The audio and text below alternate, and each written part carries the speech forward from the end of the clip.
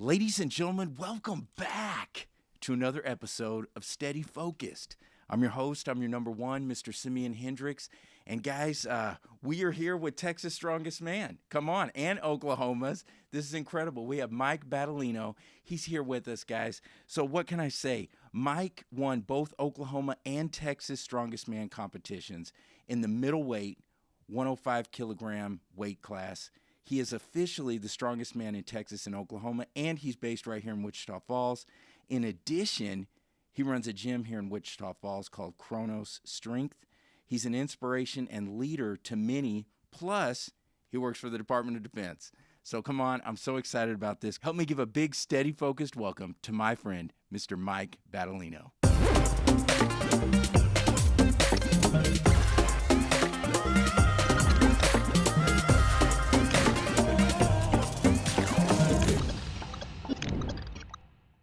What's up, man? How are you? I'm great, dude. So thank you so much for coming on. Like I was saying in the Facebook comments, there were so many people that were excited to hear your story, of success. So let's just start. Tell me about a chicken breast shake that also includes raw eggs. Oh, that was a question from Tanya. No raw eggs. Okay, so just chicken. So what I used to do, and I took this from Derek Poundstone, and he was the 2008 World's Strongest Man runner-up, and also just a fantastic American strongman legend. And he would grind up chicken breast, cooked, okay, not raw chicken breast. But he would grind up chicken breast, and it was just a faster way to get a lot of protein. And what I would do is I would grind up 12 to 16 ounces of chicken breast, mix it with Crystal Light. Okay. I mixed it with V8. Okay. So I would go sometimes Crystal Light, sometimes V8, and I would just drink it. And it actually wasn't bad. Yeah, it was just a quick and easy way to get protein. 16 to 18 ounces of 12 chicken. to 16. 12 to 16. That's a lot of chicken breast. Yeah, I probably ate that at least twice a day. Oh, my gosh. Okay. And I kind of stopped when I actually switched to turkey breast shakes. Okay. And that was horrible because there was like a gelatinous film that would be on top, and it was awful. Okay. And that was kind of the end for me. But I did that for a few years, yeah. So right now you're weighing in somewhere close to 230? Yeah, right around 230, yeah. Okay, but previously you were competing up around 300, yes, right? I was Something competing like around that. 300. So was it a conscious choice, like I want to drop weight? Like was it a competitive advantage? What was going through your mind? Yeah, so about, let's see, this is 2018. So summer 2016, I did a Platinum Plus heavyweight competition. So Platinum Plus, they are pro qualifiers, so you get your pro card, and then you can compete at America's Strongest Man. You could potentially compete at some other competitions, but for the most part, it's to compete at something like America's Strongest Man. And I think there were 22 heavyweights, and I placed exactly where I expected to be, right in the middle at 11th. And that was a fantastic competition for me. But I did really well on 4 events, and then I just totally bombed the press. And that was kind of my entire heavyweight strongman career, which was about 4 years as a heavyweight. And I would do pretty well on the moving events, the carrying events, grip events, deadlift events, and then I would just get destroyed on pressing events because I don't have a tremendous amount of static strength, and particularly overhead, I'm just not all that great. Okay. Yeah, so I dropped to 265, and after 265, I was like, okay, the weights are about the same that I'm lifting, and I'm still not doing as well because now I'm even smaller. Then I went, well, what if I go 231? So I decided to cut to 231 for Strongman Nationals last November, and I got to 231 about a month prior to Nationals, and then I competed as a 231 at Strongman Amateur Nationals, and then World's Strongest Man under 231. I was also a 105. Oh, wow. Yeah. How did it go at the Worlds? Oh, I got my ass kicked. Okay. Oh yeah, as I expected to. What? Okay, let's go down this road. Yeah. What was your biggest takeaway? What did you learn from getting your ass kicked? Oh man, what did I learn?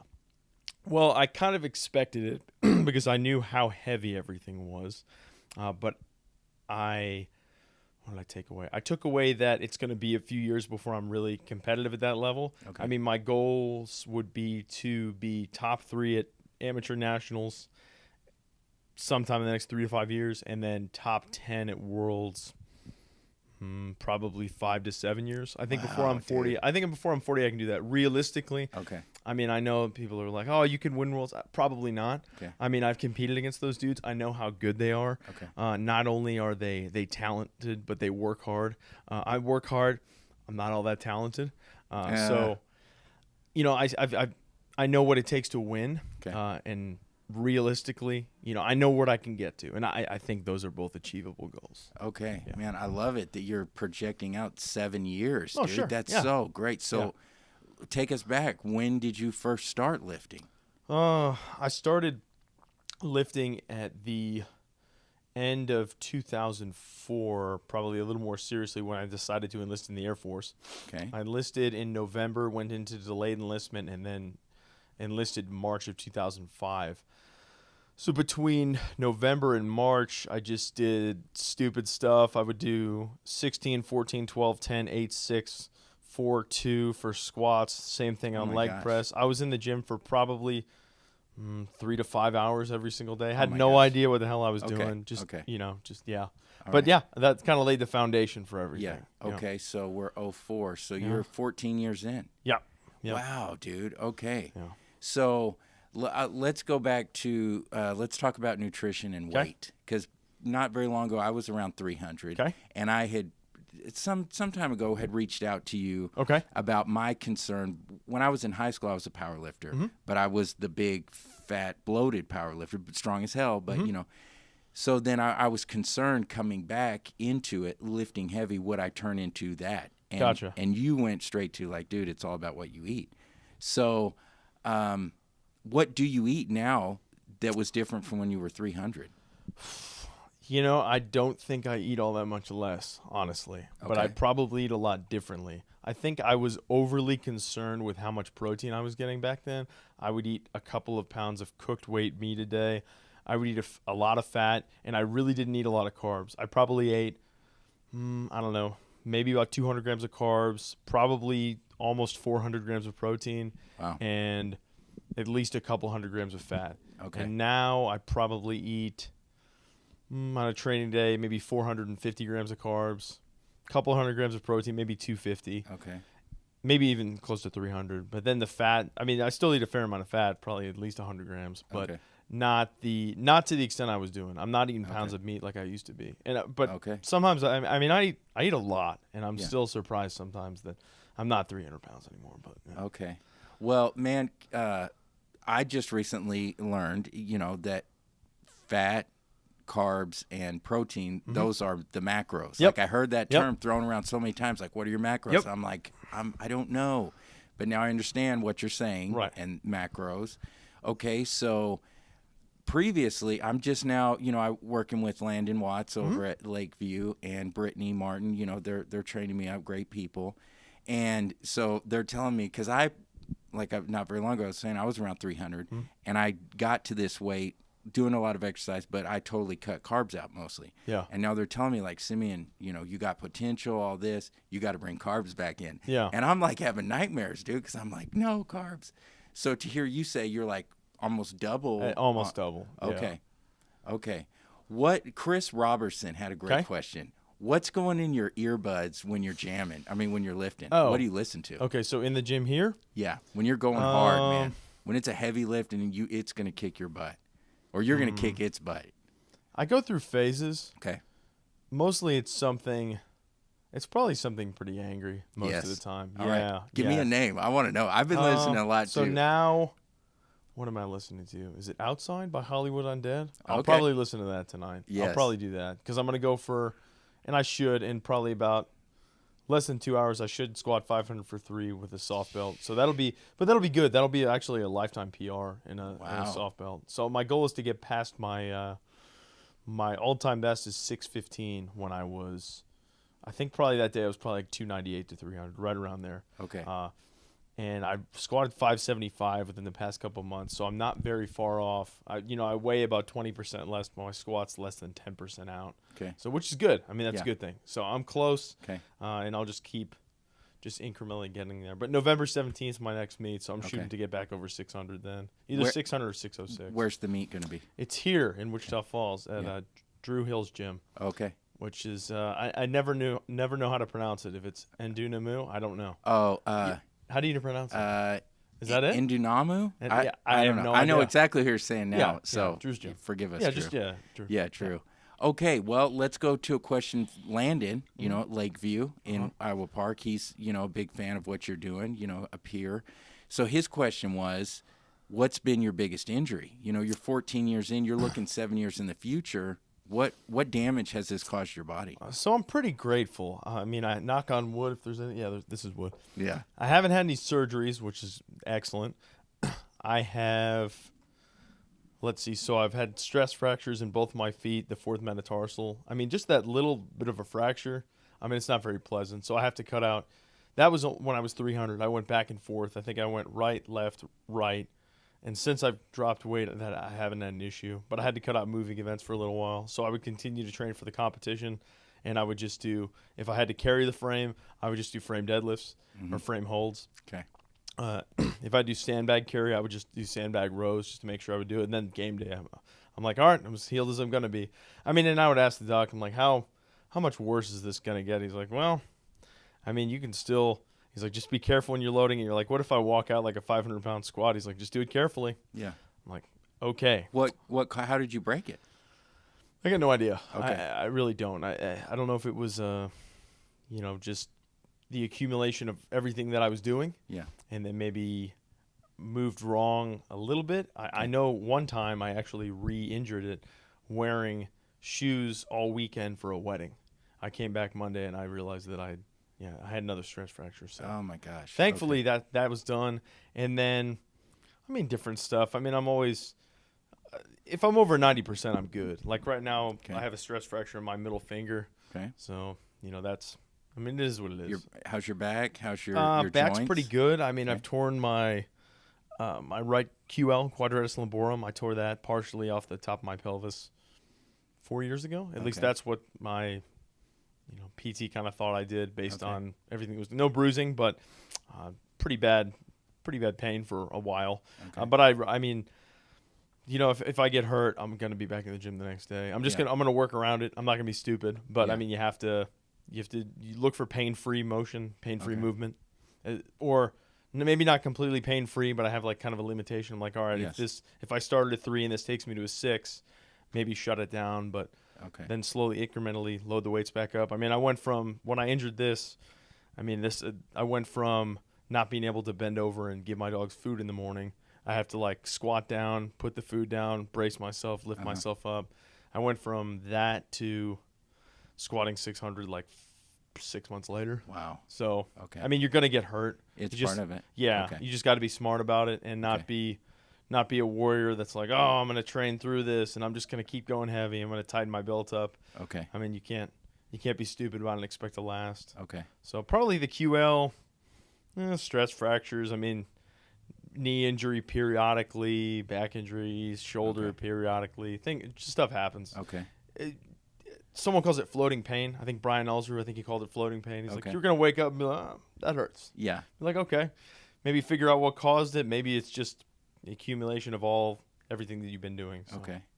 So there's a young man, Caleb Fox. Okay. He's got the question talking about how do I, as a young man, I want to get into the gym, but I don't have time. I can't make time. Okay. And for me, that's kind of a subject that gets me on fire. Sure. But I want to hear from you. What do you say to someone who's, I want what you have, but I can never do it because I don't have time in my life? Sleep less. Learn to manage your commitments better. So it's not really about time management. I really, if I catch myself saying I don't have time to do that, I try to stop myself before those words come out of my mouth because it really if you want something, you're going to make time to do it. It's that simple. There's no other, maybe at this juncture, maybe you don't have the time to allocate to it, but make the time in the future or change your commitments or quit your job, go do something else. If it's important, we will make time for it. People are going to make time for what's important to them. Absolutely. That's it. It's that simple. You want to get up. Oh, I don't have time to lift tomorrow. Get up at 1 o'clock in the morning. Go to bed at 12, wake up at 1. Sorry. And that applies for everything. Everything we want to be a success or a master or achieve greatness in. Sure. We have to set the time aside or it's not going to happen. Yeah. So And we have to be proactive with that, Caleb, because, and I'm talking to myself, there's plenty of things I'm like, I like you say, I catch myself like, oh man, I'd love to do that, but I couldn't. And I'm making excuses. Meanwhile, what was I doing at 3 or 4 o'clock in the morning? I was sleeping. Get up. Yeah. Make the time for it, Caleb. Yep. And you're not alone, dude. I know we're coming harsh at you right now, but you're not alone, man. Cale Beck wants to know, Mike, Cale's my boy. what's your favorite burger? That's a legit question. What was it when you were 300? What is it now when you're floating at 230? That's a very, very good question, and I probably spent more time thinking about that question than the rest of them. All right, I spent time thinking about all of them, but that one in particular. And I probably have more cheat meals now than even when I was 300. Wow. I definitely do, because I do more of a, I don't know that I love the term flexible dieting or if it fits your macros. I just kind of, I weigh myself several times a week. So Wow. I know Okay. kind of where I'm at night, where I am in the morning. If I eat a really sodium dense meal, I'm like, all right, probably going to blow up a little bit tomorrow. But Okay. if I vary a couple pounds throughout the week, whatever. But I look at that kind of that weekly average. If that's on the upswing and I'm not trying to do that, then, I pull it back. But yeah, because when I was in Massachusetts for this Department of Defense course over the course of the past 2 months, I ate at this one place called the Fix Burger Bar 9 different times.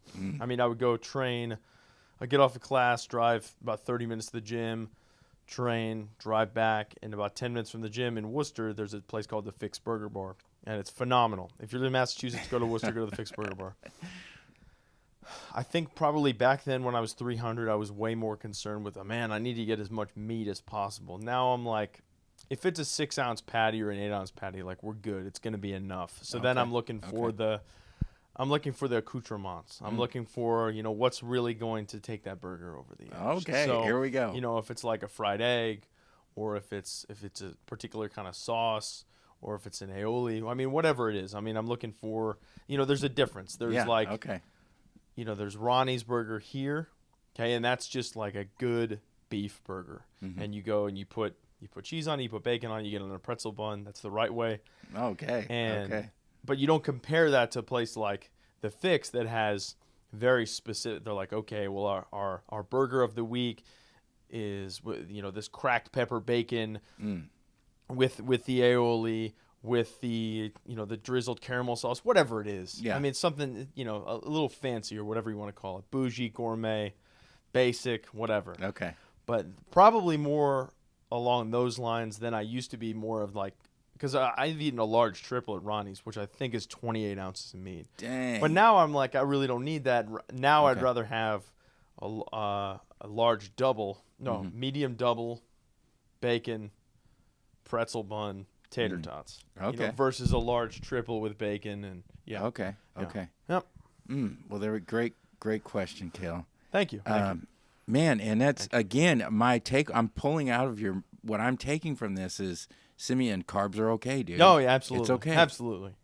Just, you can't, realistically, you can't just eat like an asshole all the time. Yeah. You can't. Yeah. It's that simple. You need to know, what you need. If you're recovering. Okay. If your performance in the gym is suffering, or your performance in life is suffering, examine the quality of sleep, examine your diet, examine those external factors. Okay. But realistically, if you're eating clean 85 to 90% of the time, with how many calories you're putting in, if you eat 4,000 calories a day and you have one meal a day, a couple times a week, that's not all that clean. What I probably used to do that I don't do now. Okay. And this is, I guess we could get into this for this topic for a long time. But I used to, because when I was in high school, I was really fat. Okay. And then I dropped a ton of weight suddenly, basically just not eating. Right. Okay. And just running like crazy. So I had some issues with food, and then I would binge hardcore. Okay. I would do like a full thing of ice cream, a full pizza, a sheet of brownies, and then I'd be out for like 3 hours on the ground, like holding my stomach. I get it. Yeah. I get it, dude. So there are some other lingering issues there with food that I had. But now I really don't feel the urge to binge, at all. I'm just like, okay, if I want a Reese's peanut butter cup And a big cup, because they really shouldn't make Reese's cups anymore. That's a problem. The fact that they still make Reese's cups. There should only be big cups. Okay. But that's got about 200 calories. Okay. So with that, I'm like, okay, I can allocate 200 calories to that. Maybe I won't eat my 2 tablespoons of peanut butter. Now, am I going to do that every day? No. Am I going to do that periodically? Absolutely. Okay. So you're shooting for around 4,000 a day? Probably closer to 4,500, somewhere Wow. between 4,000 Wow. and 4,500. Yeah. Okay.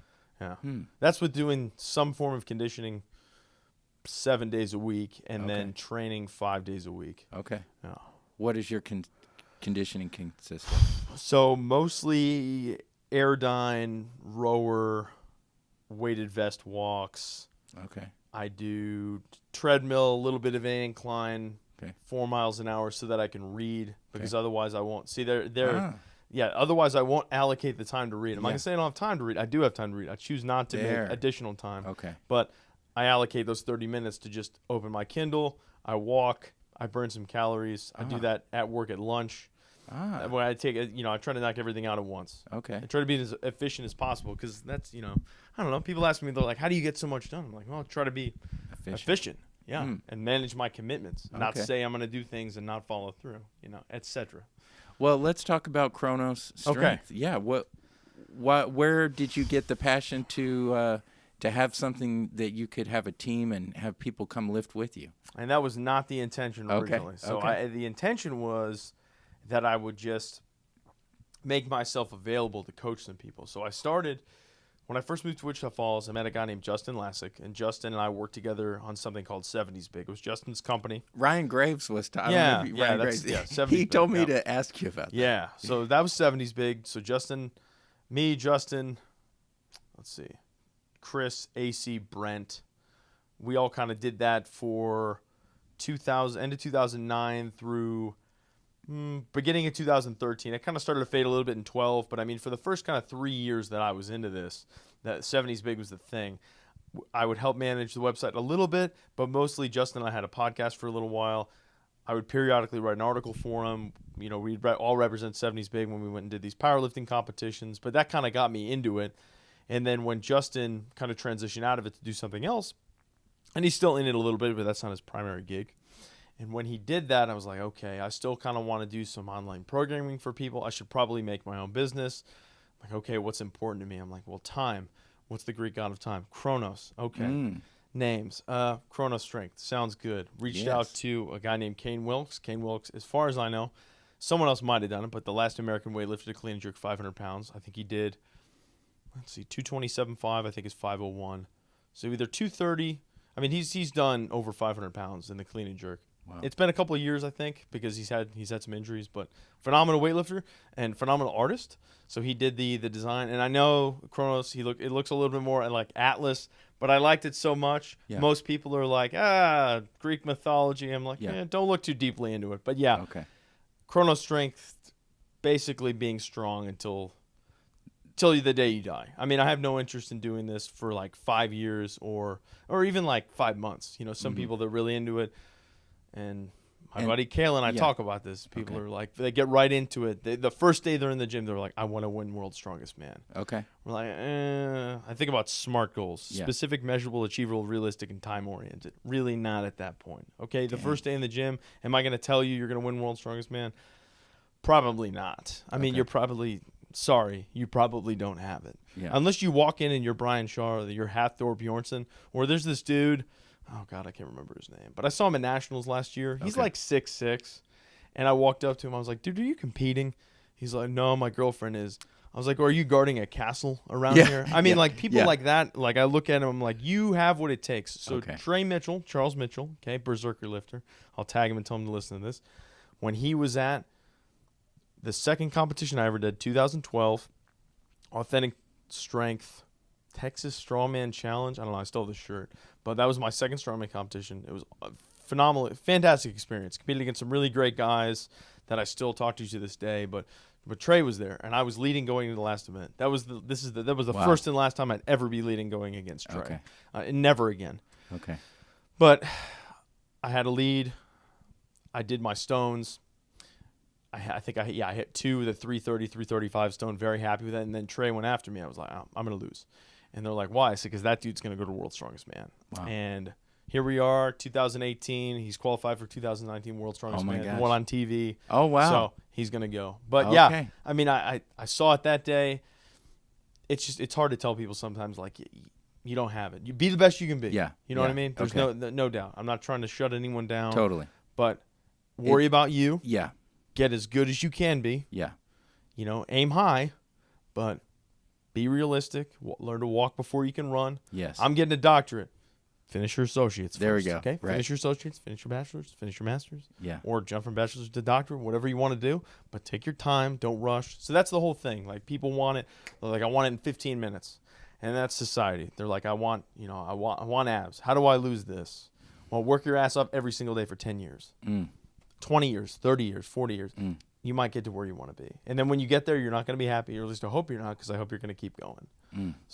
So Chronos is about time. Yep. It's about there is no time limit. Don't think about time. Put in the time. Yeah. And this is about a lifelong commitment. Lifelong commitment for everything. I love that. And Yeah. again, guys, this is not, of course, Mike's number one thing is lifting. I mean, I don't know if that's your number one thing. You got a lot of things. You got to. Yeah, I got a lot of You got a lot of things, but Yeah. one of We're your going to go things. with my wife and daughter. We're We're going to go with that you number gotta, one. I was going to say Yeah, congratulations yeah. on your daughter. Thank you. So they're your number one. Yeah. Maybe one of your big hobbies is lifting, or one of It's your probably passions. so. Have you ever followed CT Fletcher at all? Yeah. Yeah. It's still your motherfucking set. Well, that but he calls it a magnificent obsession. Yes. It's probably more like that. Yes. Yeah, that's Yes. I mean, what I tell people that I coach is that I don't expect you to go to bed and to go to sleep every morning thinking about deadlifts like I do. I mean, it's just a part of who I am. I mean, if I lost that, I mean, I think about losing that every single day. Like, for example, let's say I drive out of here, I get in a car accident, I get paralyzed. Well, the first thing I'm going to do is figure out what I still can do, and then I'm going to teach myself Chinese. There we go. And then I'm like, all right, well, you know, my legs don't work anymore, my arms don't work. I've still got this. I'm going to do what I can. Okay. But I can't become so attached with something that if I lose it, I lose myself. And that was Ronda Rousey when she lost her first fight. She kind of talked about that she had no identity. She didn't know what she was going to do, but she looked up at her future husband and she knew that, you know, she had something else besides the fighting. Because when that becomes you, you know, sometimes you get lost in there. Yeah, I see what you're saying. It It could be a can negative. get dangerous. Yeah. Yes. Yeah. Let's see what kind of other questions we got here. Yeah, Joe, he was talking about how you balance, or if you even balance this, muscular power, strength, and cardio. No, that's a fantastic question. If we're talking about muscularity in terms of like trying to build up specific muscle groups and look better, I guess I don't really care that much. I mean, I don't want to be. I mean, I wasn't too sloppy at 300, not compared to how I was. I was a really sloppy 260, I think, back in 2006. I did like a huge bulk. I ate like 10,000 calories a day. Oh, I looked like crap. Wow. Yeah, it looked terrible. But as long as I look all right and I don't look in the mirror and go, ugh, or my blood pressure, my heart rate, you know, if those things are all out of whack, I'm way more concerned with that than I am aesthetics. But sure, it's nice to feel good about yourself and to look in the mirror. It definitely feels better looking in the mirror at 230 versus 300. I can imagine. Yeah. And what's cool about Strongman is that you have to really work on all of those qualities, because depending on the competition, if it's a balanced competition, it's going to take the best strongman is going to win that day, or the most balanced strongman is going to win. I mean, there's some competitions that are way heavily skewed towards the strength, and that are others that are way heavily skewed towards the conditioning, but you want to find that ideally as a contest promoter, you strive for that balance, and then you find the individual that's strong, fast, and they make it all the way to the end of the day, and they're like, all right, what's next? So you have to work on all those things. And Kale and I, we work together a lot. You know, he owns his company, Starting Strongman. I coach for him too. I love Kale. He's a brother, great dude. And we talk about the fact that no one wants to train medleys. No one and they just, because medleys just suck, and they suck the life out of you. So, for example, the medley that we had at that competition in Florida 2 years ago was, I think it was 5 kegs, 75, 75, 50, 50, and then 25, or something to that effect. Maybe it was 75, 50, 50, 25, 25. But anyway, it was 5 kegs, 250 each.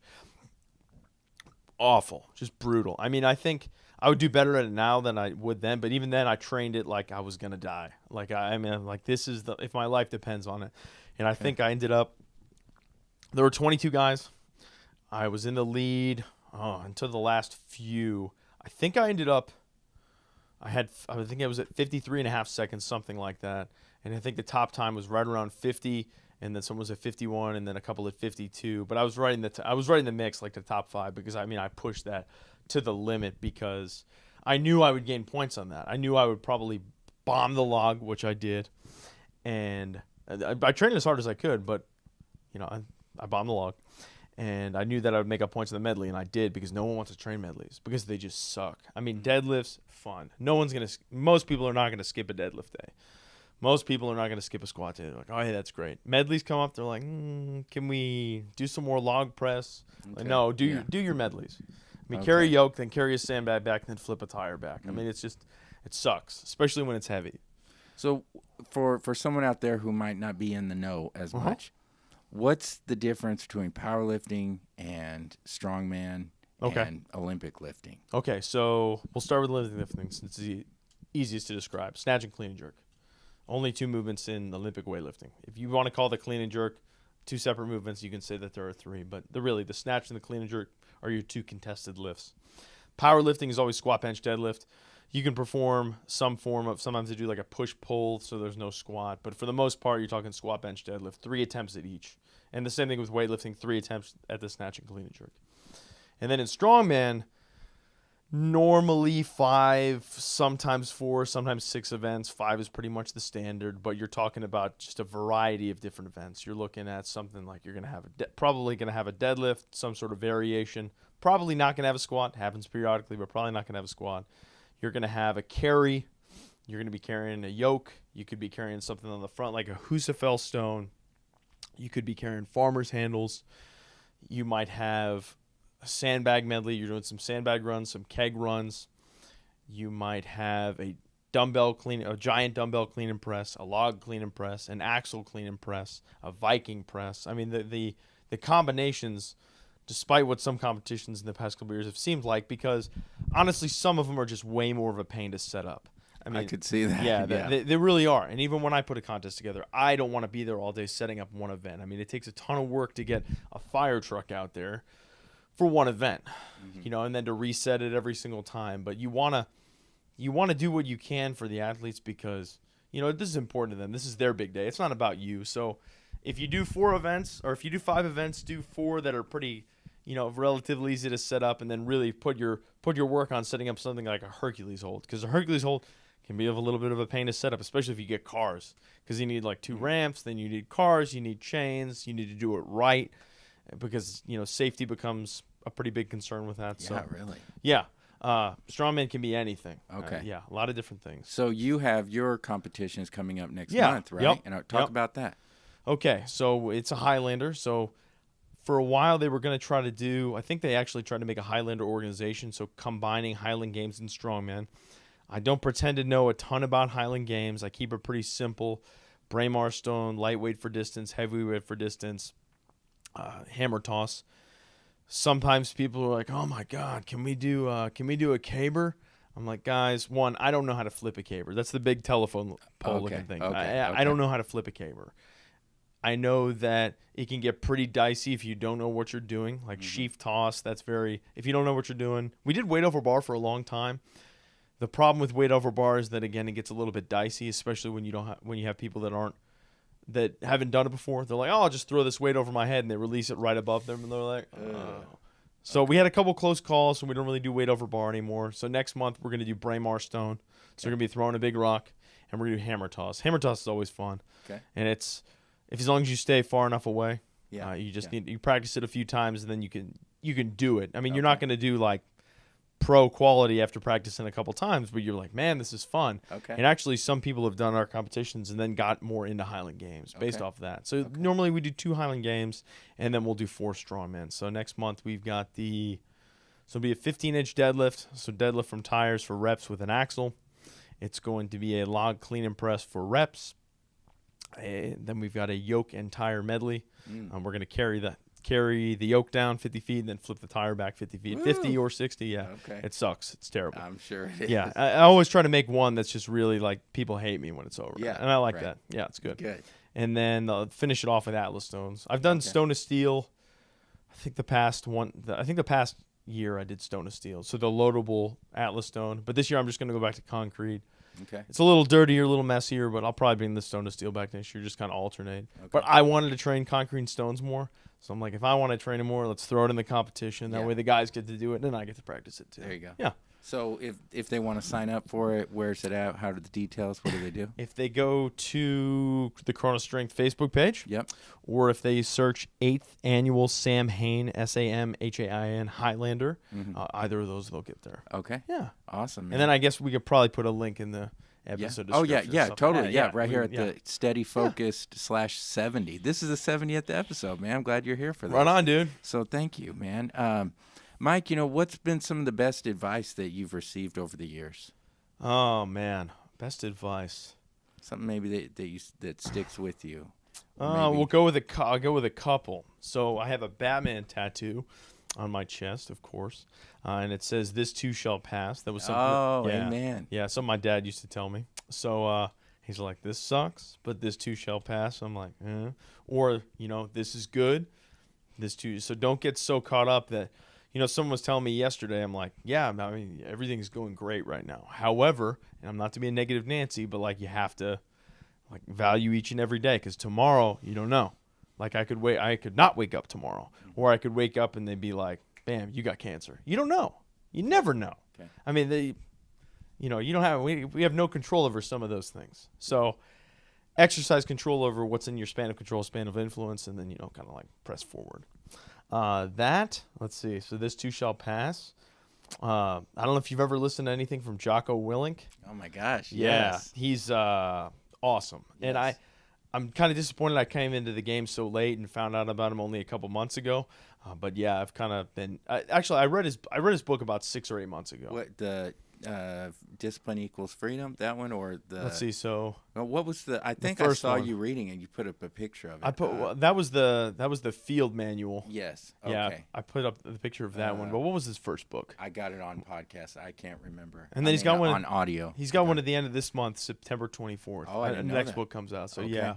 So I'm trying to finish up the Lord of the Rings trilogy so I can jump right on. Good. Yeah, Okay. so I can jump right on that. But Jocko, he's got things like he says, like get after it, discipline equals freedom.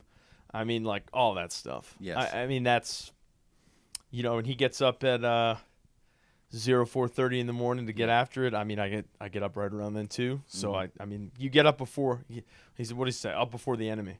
There you go. And really, if you get up, I mean, I need to read Tools of Titans. I'm going to read that next. Tim Ferriss. Yeah. So I've had, I rented it from the library and just kind of skimmed through it. That's the next one I need to read from Tim Ferriss. I'm a big Tim Ferriss. Yeah, so Tim Ferriss has got a lot of good stuff. Yes. But if you look at successful people, like they get up early. You get up early and then you're away from the distractions. You drink your coffee, you get your cardio done, you read your book, you meditate, you plan for the day, whatever you got to do. But you do that before all these other things start coming at you. Because as soon as the normal day comes along, I mean, phone, email, people, I need you for this, I need it. But if you've gotten some things knocked out, it's kind of like, they talk about, if you've ever heard the speech, Make Your Bed from Admiral McRaven.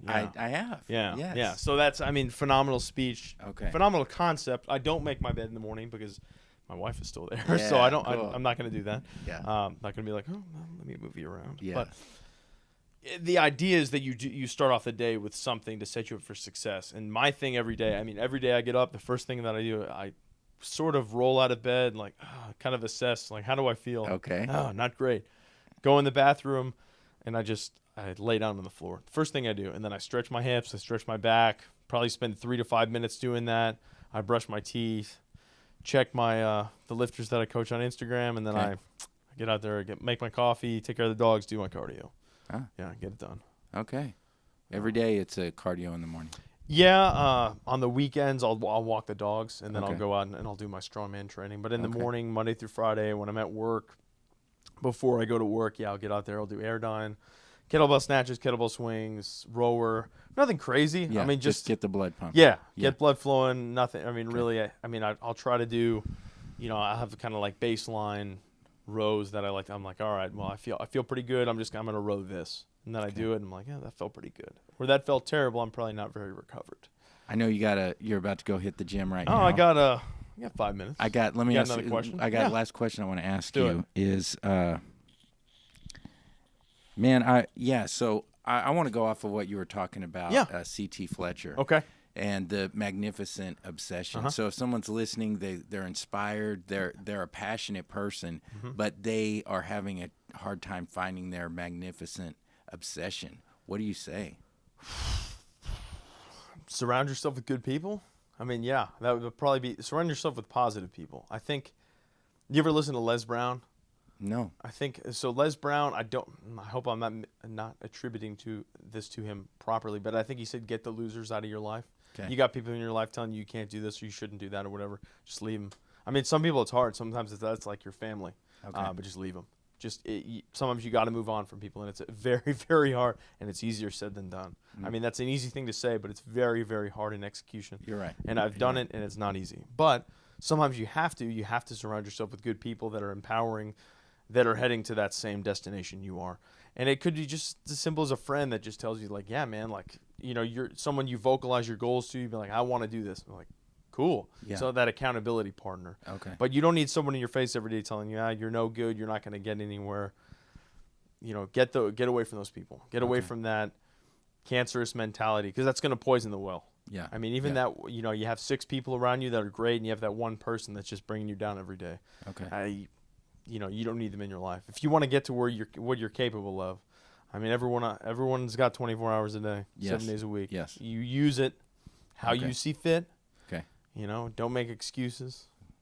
Take extreme ownership. That was the Jocko book. Yes, it is. Yeah, there it is. Yeah. So another thing. Yeah. So Jocko, extreme ownership, good. Everything that happens, good. Yeah, you got fired, good. Get another job. Yeah. You got hurt, good. You need a break. Mm-hmm. Whatever it is, good. That's how you approach it. Something's gonna happen. Yeah. And you have no idea what it is. You can kind of control what's going on in the house, right? Yeah. But then as soon as you get outside, you get that big world, that big scary world. So you don't know. Mm-hmm. You don't know what's coming for you. So you got to prepare, each and every day. Yeah. Okay. Yeah. Awesome, dude. Yeah. Mike, that's great words, man. Final thoughts, anything else you want to say? Man, thank you very much for this opportunity. Okay.